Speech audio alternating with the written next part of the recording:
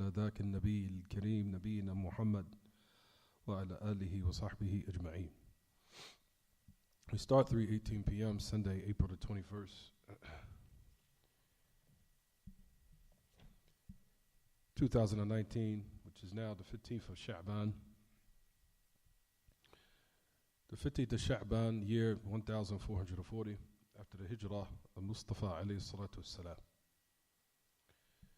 We continue the Surah Thalatha, and we stopped at the principle Ma'rifatu al-Asl al-Thani. The second principle was the knowledge of Islam with evidences and proofs. Ma'rifatu din al-Islami bil-adillati wa huwa al-istislamu lillahi bil-tawhidi wal-inqiyadi lahu bil-ta'ah wal-bara'atu min al-shirki wa ahli. If everyone would turn in their book, but they open their books to the second principle, it says, Al-Asl al-Thani, the knowledge of the religion of the knowledge, or have a knowledge of the religion of Al-Islam with evidences. And it is submitting to Allah by monotheism, and submitted to Him by obeying Him, and freeing oneself from polytheism and His people. And there are three levels: Al-Islam, Al-Iman, Al-Ihsan. And every level has its arkan, it has its pillars. For yourself, the pillars of Islam are five: the testimony that none has the right to be worshipped except Allah, and that Muhammad is the messenger of Allah, an establishment of the salah, and pays zakah, to the end of it. Then it says the dalil for the testimony, a shahada, that Allah testifies that none has the right to be worshipped except Him, and the angels and those who possess knowledge, establishing justice.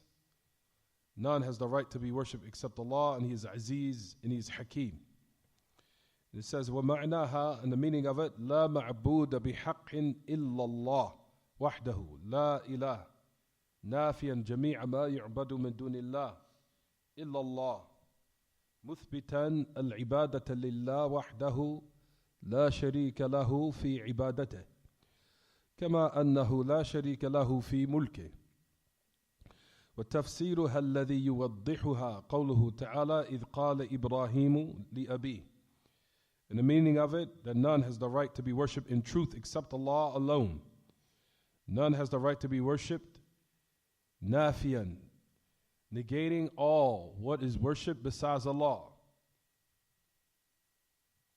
and affirming the worship alone for Allah.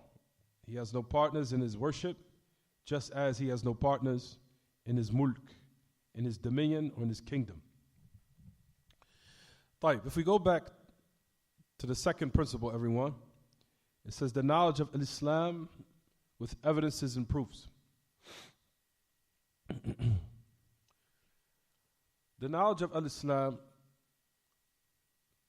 like we said, is part of the Asl Thani, which is part of the second principle, where it's incumbent upon every Muslim, male and female, child or adult, to have knowledge of these principles.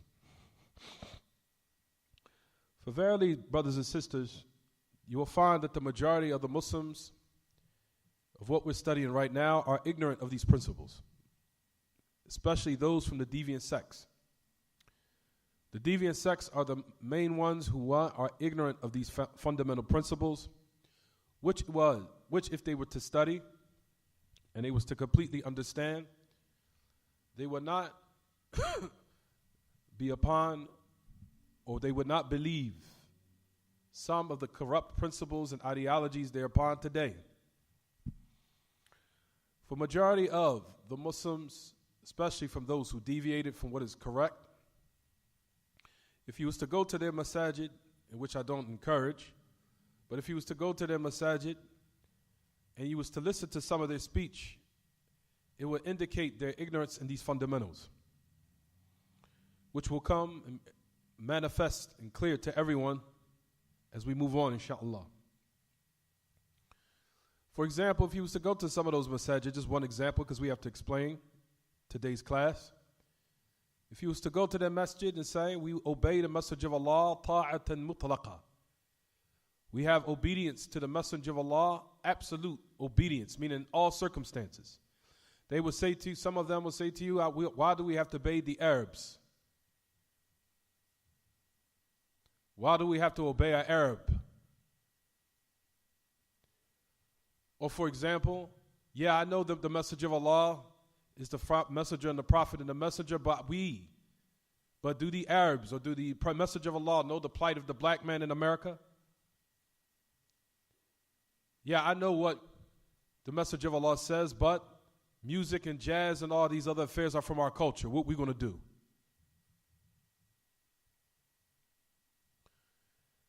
All of these statements are indications of the jahl, of the ignorance of these foundations and these fundamentals in which we're studying right now.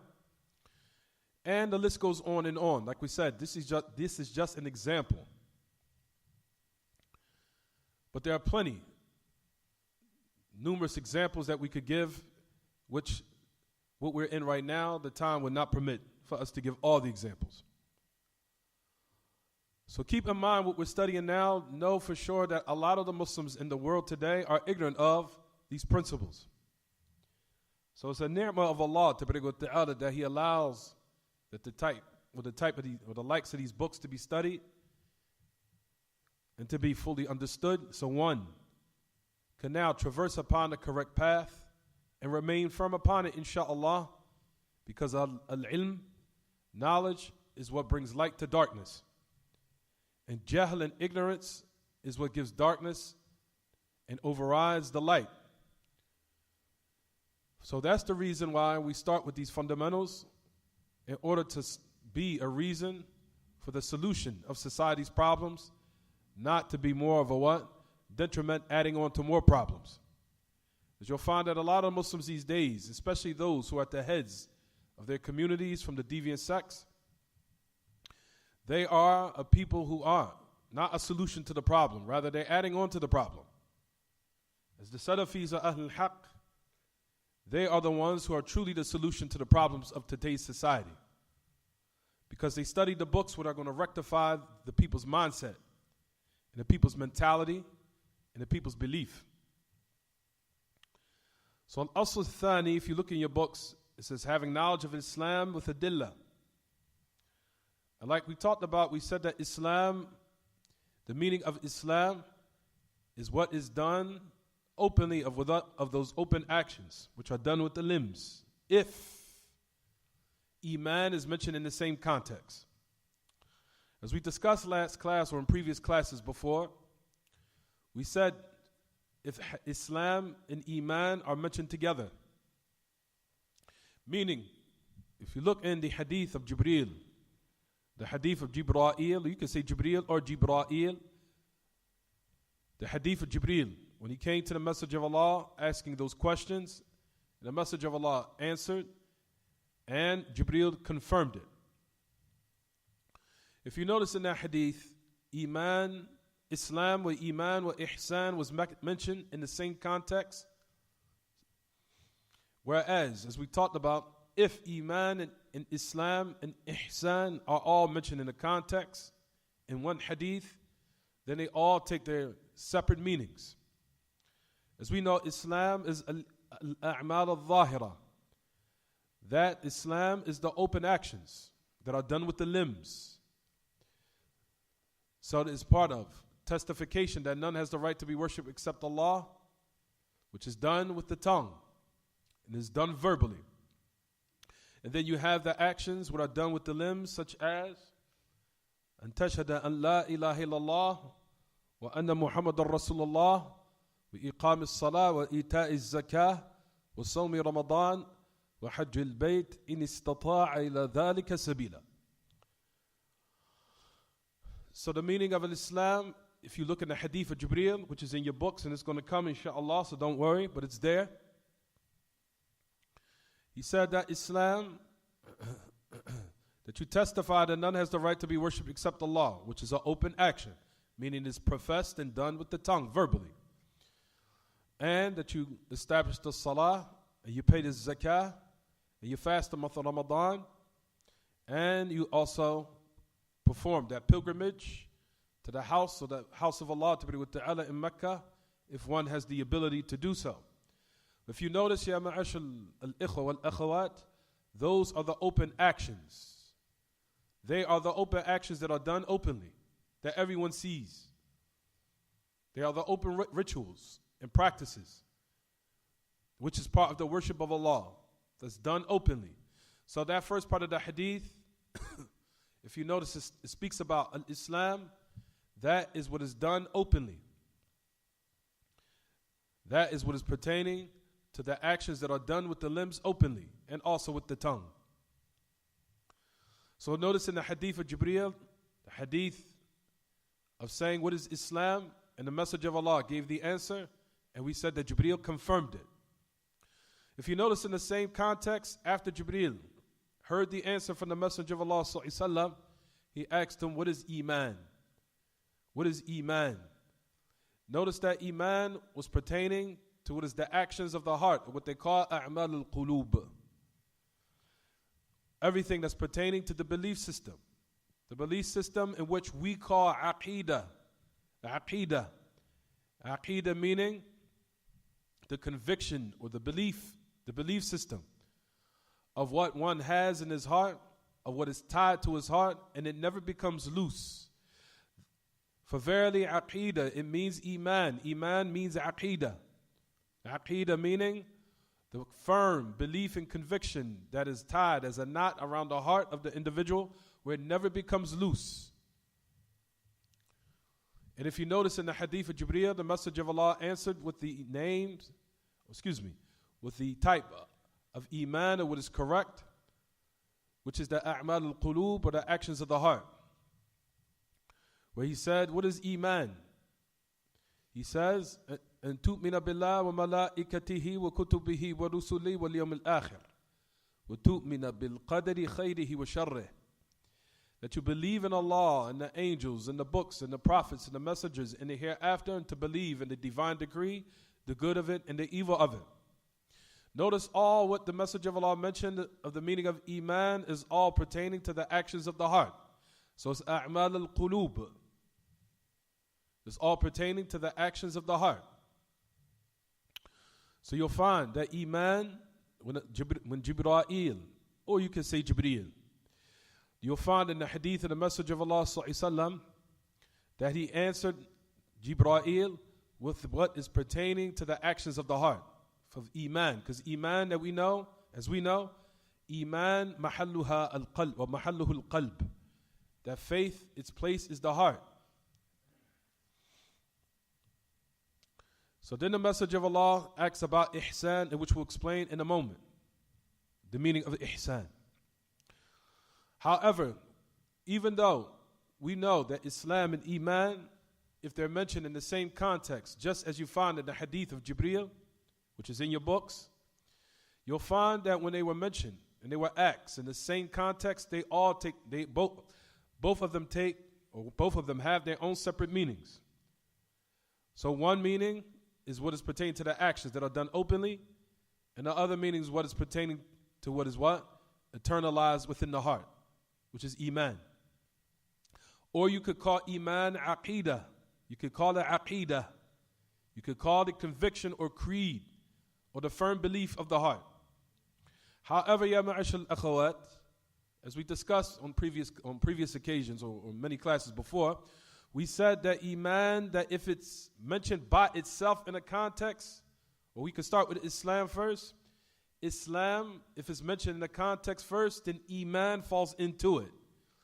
If Islam is mentioned by itself, it's included the actions that are done openly and also the actions of the heart, both, if it's mentioned in the context by itself. If it was asked what is Islam, you could say the actions such as what we explained, to testify that none has the right to be worshipped except Allah, and to establish the salah, pay the zakat to the end of it. And you can say in this particular context, and to believe in Allah and the angels in the last day, and the prophets and the messengers in the day of resurrection, and to believe in the divine decree. Because if Islam is mentioned in the context alone without Iman, then Iman falls inside of Islam. and they come together. So you can say, if you want to summarize it, if Islam is mentioned in the context, then the actions that are done openly and the internalized actions of the heart all come together. And likewise, Iman, if it's mentioned in a separate context alone, then also Islam falls into it. So you'll find that as we spoke about this matter before, كما تقدم ذكره في الدروس السابقة, just as we mentioned in the previous classes, that we said, إذا ذكر معا فحينئذ يجتمعان أو يتفرقان فإذا ذكر وإذا تفرقا اجتمعا. Was they say فإذا اجتمعا تفرقا وإذا تفرقا اجتمعا. You'll find that Ahl Ilm say, in regards to this type of a matter what we're discussing now, that is Iman and Ihsan. If they're merged together, then they separate. And if they are separate, they come together. What do they mean by that? Meaning if إذا اجتمعا تفرقا, if they are mentioned together in the same context, they separate, taking their own meaning. And if one of them are mentioned in the context, then they merge together. Is it clear what I'm saying, everyone? Is everyone with me? Jay. طيب. So that type of principle we have spoken about this and what we say. Notice if you look in your books, have knowledge of Islam bil adilla, with evidences and proofs. And it is surrendering to Allah with tawheed. So notice that he mentioned Islam with what, everyone? He mentioned Islam with the actions that are done openly and the actions that are done that are internalized within the heart. Listen to what he says. It is submitting or surrendering oneself to Allah with monotheism or unifying Allah in His worship.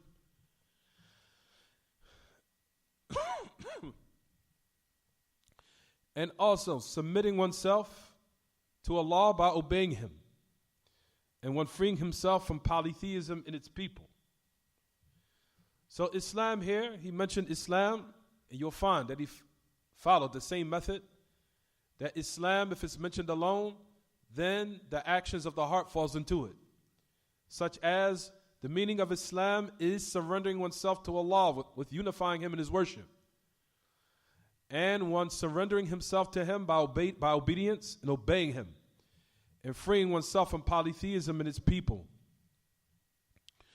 For verily, ya ma'ashal al-akhawat, like we mentioned, if one was to give da'wah to Allah, this is how you would give the answer what the meaning of Islam is. As you'll find, there are a lot of people who say that Islam, that it means peace. They'll say the definition of Islam is peace. Peace is from what Islam, from its goals or what it actualizes and what will be the final outcome or what will be the natija or what will be the final result if one was to actualize it openly and secretly or in his speech or in his heart and in his actions. That is from the goals of Islam. But that's not the meaning of Islam. The meaning of Islam is this definition that we just said. If one was to ask you what is the meaning of Islam, you would say here, what was mentioned in the book, surrendering oneself to Allah by singling Him out in worship. Meaning one freeing himself from polytheism in all of its aspects, in all of its types, whether it be in worship and whether it be in the affairs of belief. And likewise, al-inqiyadu lahu bit-ta'a. Then after one has rectified his belief system, then it will manifest in his actions by what? The actions will confirm it. That's why it says in your books, surrendering oneself to Allah by obeying Him. Because if one's belief system is intact, then it will manifest in the actions by his obedience, in which it will what? It will confirm what truly is in the heart.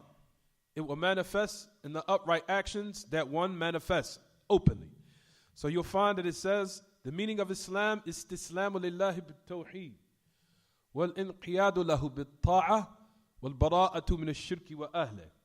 That one surrendering himself to Allah by obeying Him and freeing himself from polytheism in its people. So this is the meaning of Islam. Islam, which falls into it, the actions that are done openly and the actions that are done with the heart. If Islam is mentioned by itself alone. So we say in this regard that the great Imam, he says that what is the second principle is Deenul Islam bil Ladillah, having knowledge of Islam with evidences and proofs. It is surrendering oneself to Allah by unifying Him in His worship, which is Tawheed. And that's the meaning of Tawheed. Tawheed is monotheism, and if you want to say singling out Allah and His worship is the meaning of Tawheed. Then after He's actualized and purified His belief system, then it will manifest in His actions, where He says the second definition, surrendering oneself to Allah by obeying Him. Because like we said, the actions that are done outwardly confirm the sound belief of the heart. Then one puts forth that bara'ah. Then he also sets himself free from the a'da'illahi tabaraka wa ta'ala. He sets himself free from the enemies of Allah tabaraka wa ta'ala. Because you cannot say that you love someone and you hate their and you love their enemies. You cannot say that you love one and you at the same time you love his enemies. For verily that is what? هذا ما هذا بإمكاني. As we know that Al-Hafiz Ibn al-Qayyim that he mentions in his poetry, أتحب أعداء الحبيب وتدعي حب له ما ذاك بإمكاني وكذا تعادي جاهدا أحبابه أين المحبة يا أخ الشيطان. That he says in his poetry, the great Imam Ibn al-Qayyim al-Jawziyah rahimahullah, that he says أتحب أعداء الحبيب وتدعي حبا له ما ذاك بإمكاني. He says, did you claim that you love the one who you truly love? Do you love the enemies of the one who you claim you love? Do you love the enemies of the one who you claim that you love? أتحب أعداء الحبيب وتدعي حبا له ما ذاك بإمكاني. Then you think at the same time when you say that you love his enemies, you say that you love him. He says that is impossible for it to be what? Be acceptable. He said then at the same time you claim the opposite. He said وَكَذَا تَعَادِ جَاهِدًا أَحْبَابَهُ. Then we see that you're hating his loved ones, or those who Allah truly loves, and you show enmity to them. He says, where is the true love, oh brother of the shaitan? So there's no way that you can love Allah ta'ala except that you have to love his awliya, those who Allah said that he loves. In order for that love to be what? Believed and for it to be acceptable. You have to love his awliya, those who love Allah, the people of Tawheed, the people of Sunnah, the people of Salafiyah, the people of Al-Athar al-Salaf who traverse the correct path. For verily that is from Iman. People think, oh, that's not something important. Rather, that is important. That is from Iman. Is that you have to love the awliya of Allah, those who Allah love. So you not only love Allah, but you love who Allah loves. And there's no way that your Iman could be, or your da'wah, or your claim could be acceptable, except that we look on the scale whether or not you are setting yourself free from those who Allah hates, and from their belief system and their ideology. So not just setting yourself free from them, but firstly from their ideologies and their beliefs and their ways of what they draw close to Allah by, so-called, even though it's incorrect and it's false. So one separates himself from those deviant ideologies and from those wicked beliefs and also those wicked systems and politics that is also considered from Iman. Because al-qawaneen al-wad'iyya, or if you want to say al-nuzum al-wad'iyya, al-bashariyya, al-insaniyya, taghutiyya, kulluha taghuti. Likewise, from shirk is also from those man-made systems and those man-made laws. Any law that goes against the lands or the system of Allah and His Messenger is considered jahili. Jahili, it's not permissible for one to believe it being sound or drawing too close to Allah ta'ala by embracing it or accepting it. any system or any law that opposes what Allah has sent down of the haqq and of the truth and of wahi is considered jahili. It's considered jahili from the pre-affairs or the pre-Islamic affairs. What came before Islam, what destroyed society and what? Caused society to be in a state of chaos and havoc. And mass hysteria came because of man-made laws and man-made systems. Caused confusion, mass hysteria, chaos, and havoc upon society, in which we see today. And if those systems that have been made by man, they oppose what Allah has sent down, it is jahili. It's from the pre-Islamic ways of ignorance. It's not permissible to believe it. Rather, it's obligatory to reject it, because that system is not only called jahili, it's also called taghuti. It's also a taghut. A lot of people think it's just pertaining to what is worshipped, besides Buddhism, or for example, Buddhism, or when a person worships an idol or a statue. No, what is included in that is also political systems, such as democracy, and such as pertaining to Marxism, and democracy, and demokratiya. All those systems are taghuti, jahili. It's incumbent upon you to reject it, not believe in it. And it is part of what will rectify your faith. And rather, it is from the conditions for your faith being valid, is that you have to reject all those ideologies, and not only reject all those ideologies, but reject also its people.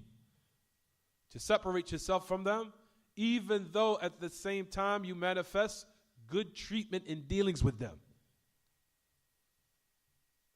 So it does not now that one separates himself from the ideologies of them, and you do not see a person with them and separates himself from them, but it does not necessitate that you have to oppress them. And it is not from the religion of Islam at all that you oppress those who are from the enemies of Allah. One does not necessitate the other. Just because they're from the enemies of Allah does not now justify for you to manifest hatred to the point where you want to hurt them or kill them or steal from them or oppress them or oppress their property or oppress their children or any of the like. One does not necessitate the other.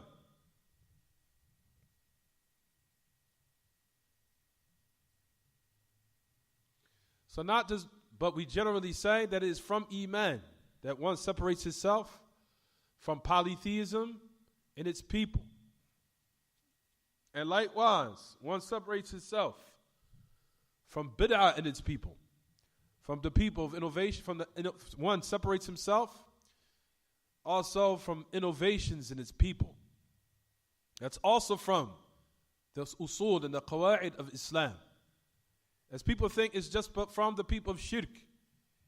It's just from shirk and its people. The people from polytheism and its people. Also, what's included in that is bid'ah and its people. That's also included of the meaning of Islam. The meaning of Islam, if you want to say, is surrendering yourself to Allah by singling Him out in worship. And surrendering yourself to Him by obeying Him, and separating yourself from polytheism and its people, and also bid'ah and its people. Both also come and fall under the meaning of Islam, all of it. Rather, the bid'ah of today and its people are plentiful, to the point where you'll find people who are crazy that they say there's no such thing as the people of bid'ah here in America, which is preposterous and it's absurd. And that is absolute blasphemy.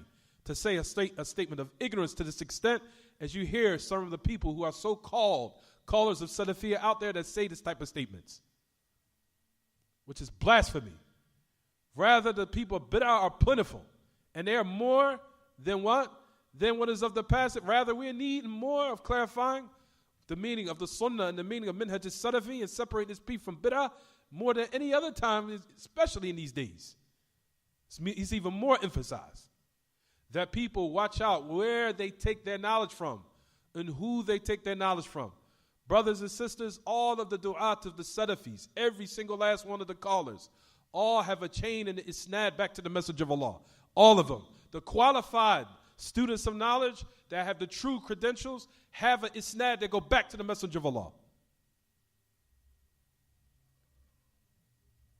For example, Musa Richardson took his knowledge from Sheikh Rabi'. Sheikh Rabi' took his knowledge from those other scholars. The chain goes on and on and on and on and on and on, all the way back to the past.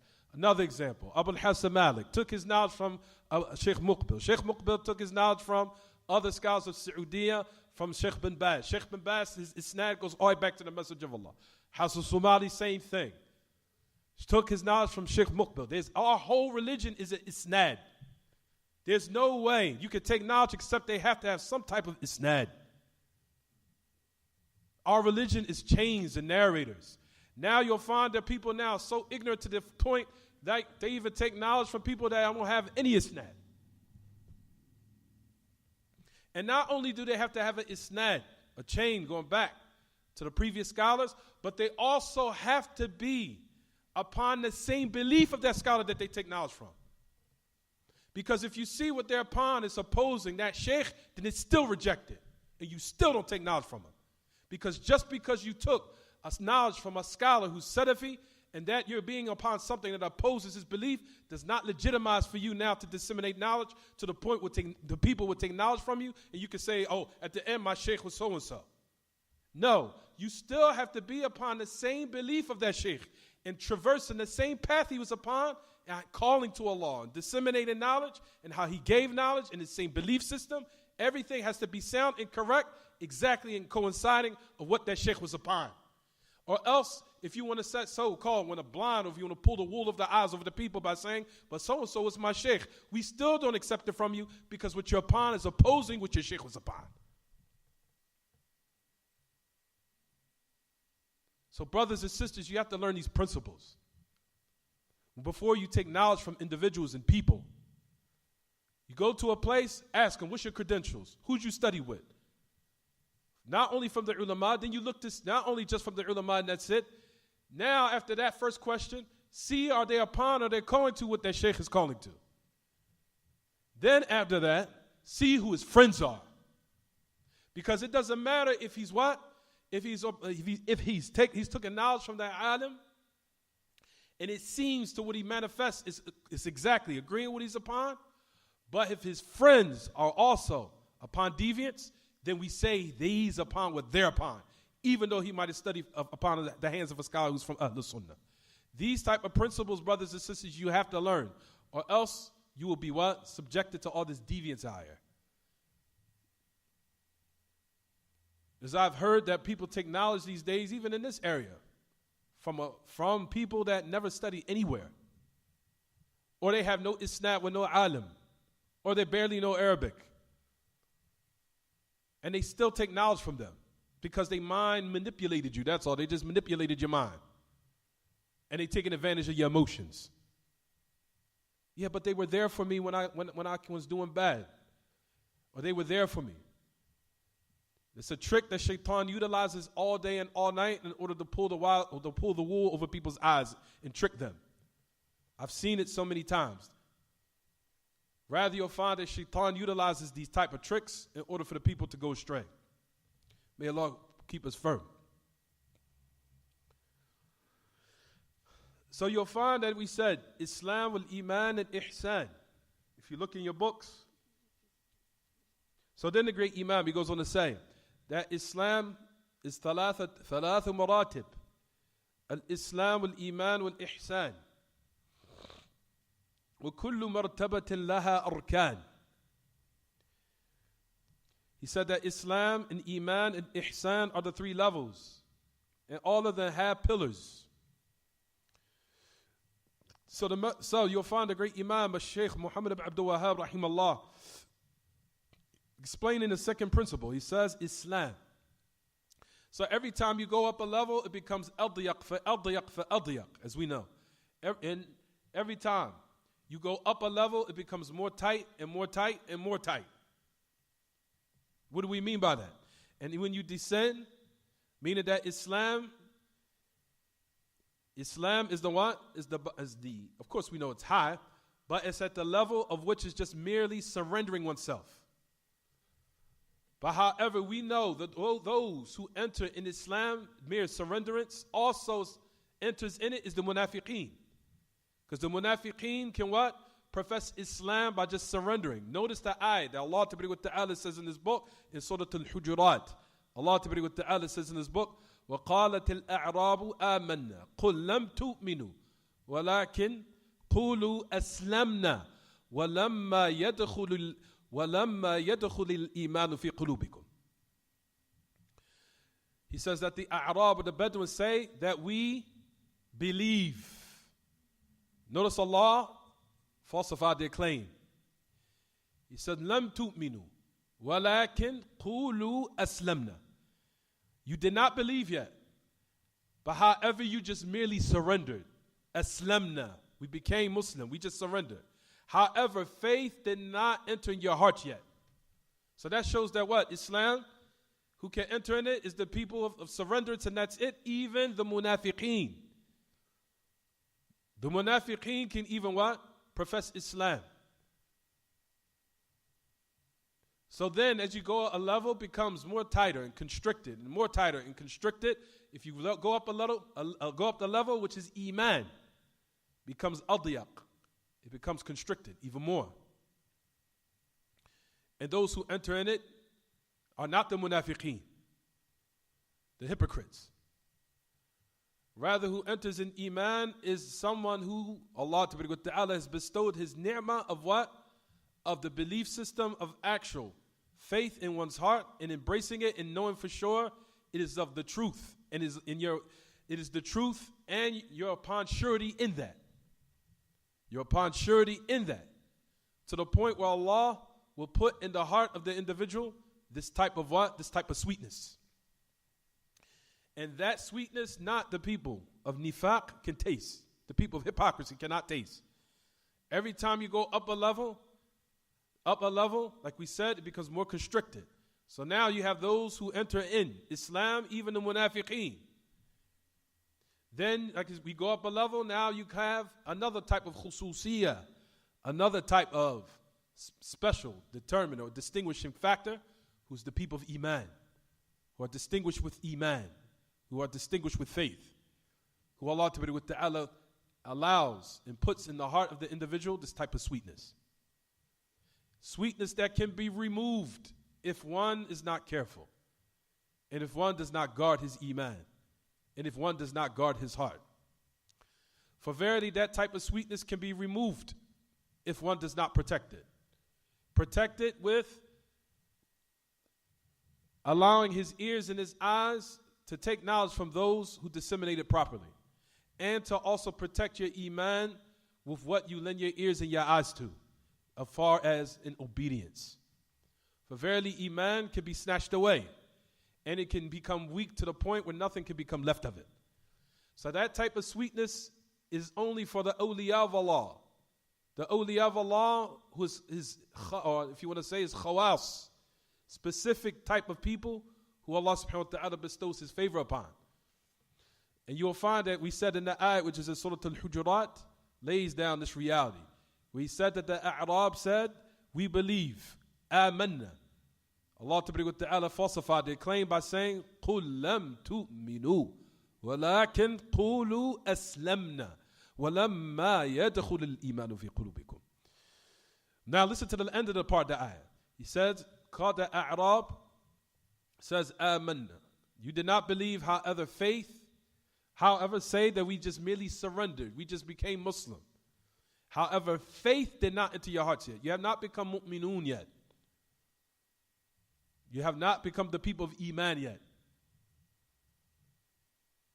However, if you to obey Allah and His Messenger, if you obey Allah and His Messenger, Allah will not render any of your actions fruitless.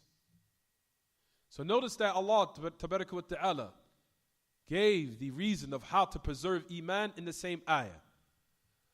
But however, learning the ilm, having knowledge of Iman, which comes in other ayat, having knowledge of what Iman is, and then preserving it by preserving your ears and your eyes from what you lend your ears to, of what you take knowledge, who you take knowledge from, and also professing and showing uprightness and obedience to Allah will also be a reason for preserving your iman. Then we have another level. Like we said, every time one ascends to a higher level, it becomes even more constricted. Then we have a higher level that rises above iman, which is ihsan. And ihsan is only for the awliya Allah al-khullas, the awliya of Allah who are His absolute sincere ones. Those who have now reached the level as if they worship Allah to the point, as the Messenger of Allah explained, as if they see Him. كَأَنَّكَ تَرَاهُ, as if you see Allah, even though you don't see Him. That level of iman is the most constricted and tightest, where there's only a few people that can reach that level. And the only way that you can reach the level of ihsan, like we said, number one is by ilm. There's no way you could be from the people of ihsan upon jahl and upon your feelings and your emotions and what you feel. The only way that you can reach the levels that Allah subhanahu wa ta'ala has praised, the people of iman and the people of ihsan, of course, and the people of Islam, who truly Allah will test. But the people of iman and ihsan, Allah ta'ala says that they will never reach those type of levels except, of course, by ilm. Then after that ilm, them professing that and manifesting that in their actions. A person will ascend higher and higher until, like we said, he will reach the level of ihsan, until he will not look at except what Allah is pleased with. And he will not touch except what Allah wants him to touch, of what is halal for him. And he will not walk to except what Allah has made halal for him to walk towards. And he will abstain from what Allah hates. This level of darajah of ihsan is the most tightest circles of everything, that only a few people of the khalq, of the creation, reaches. May Allah subhanahu wa ta'ala aid us. طيب. So if you look in the other principle, it says, فَأَرْكَانُ الْإِسْلَامِ خَمْسَةً. So then he goes on to explain the pillars of Islam. It says they are 5. I'm about to stop. The pillars of Islam are 5. The testimony, none has the right to be worshipped except Allah, and that Muhammad is the message of Allah. وإقام الصلاة وإيتاء الزكاة وصوم رمضان وحج بيت الله الحرام. The testimony that none has the right to be worshipped except Allah, and that Muhammad is the message of Allah, and establish the salat, and pay the zakah, and som, Ramadan, wa hajj baytillah al-haram. Those are the open actions that are done with what, everyone? The limbs, in which we mentioned. And also what is professed with the tongue. Because we know iman is what, everyone? Is what is professed with the tongue. It is what is done of actions of the heart. It was belief in, it is actions of the body, and also what is of the belief of the heart, and what is professed with the tongue. That is iman. Iman is something extra, which is a tasdeeq, as we'll talk about inshallah. طيب. So it says that Islam is 5. The testimony that none has the right to be worshipped except Allah, and that the Muhammad is the message of Allah, to establish the salah, pay the zakah, wa sawm Ramadan, wa hajjillah, wa hajji baytillah al-haram, to make pilgrimage to the sacred house of Allah ta'ala. طيب. If you go down, it says the dalil al-shahada. So notice that after every 5 of what is Islam, he gives evidence and proof, and this is where we'll stop, right here. شهد الله أنه لا إله إلا هو والملائكة وأولو العلم قائما بالقسط لا إله إلا هو العزيز الحكيم. The dalil, or the testimony of the evidence and proof of the testimony, is that Allah testifies that none has the right to be worshipped except Him, and the angels and those who possess knowledge of Kitab and Sunnah, establishing justice. None has the right to be worshipped except Him. He is Aziz and He is Hakim. So Allah testifies that none has the right to be worshipped except Him, the one creator of everything in this existence. He testifies that none has the right to be worshipped except Him. And what is greater than that testimony? That the creator of the heavens and the earth has claimed clearly that none thing in this existence has the right of worship except Him. And Allah Ta'ala, the one being perfect in every aspect, in every attribute, in every name, in every way and in every manner, complete. And having all knowledge, He has laid down what is the haqq, which is nothing in this existence has the right to be worshipped except Him. And then after that is His malaika, al-malaikatul kiram. And not only do the angels testify that none has the right to be worshipped except Allah, also the angels believe, from their belief is that Allah is above, as the angels believe that Allah is above the heavens. You'll find that the belief of the angels, that the angels affirm the rububiyyah, the uluhiyyah, and also the belief in the qadr, and the belief of that Allah Ta'ala has knowledge of everything. They have knowledge of all of this, and to the point, the malaika believe that Allah Subhanahu wa Ta'ala is above. The malaika believe Allah is above. If the angels did not believe Allah is above, why did they ascend to the heavens after they have wrote down the deeds of the servants in the morning time and the time for Asr? They ascend to the heavens. They know where they have to go with the actions that have been recorded. They automatically know where to go without any reluctancy. They ascend to the heavens because they know their Lord is there. He's above the heavens, above the creation. So the malaika also testify that none has the right to be worshipped, where the malaika affirm the rububiyyah and the uluhiyyah, and they affirm the ulu, the aboveness and the loftiness of Allah, of Him being above His creation. Him being above His creation. And those who testify to that same fact is those who possess knowledge. And we'll stop here, inshallah. We'll continue next week, and we'll have to continue the class of Siyam. Tayyib. Any questions about the lesson?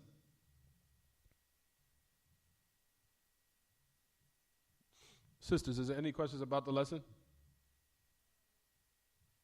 Is there one? How many sisters are there now today? Is it 2 or 3? How many came? 4, J. Okay. All right. Is there any questions from the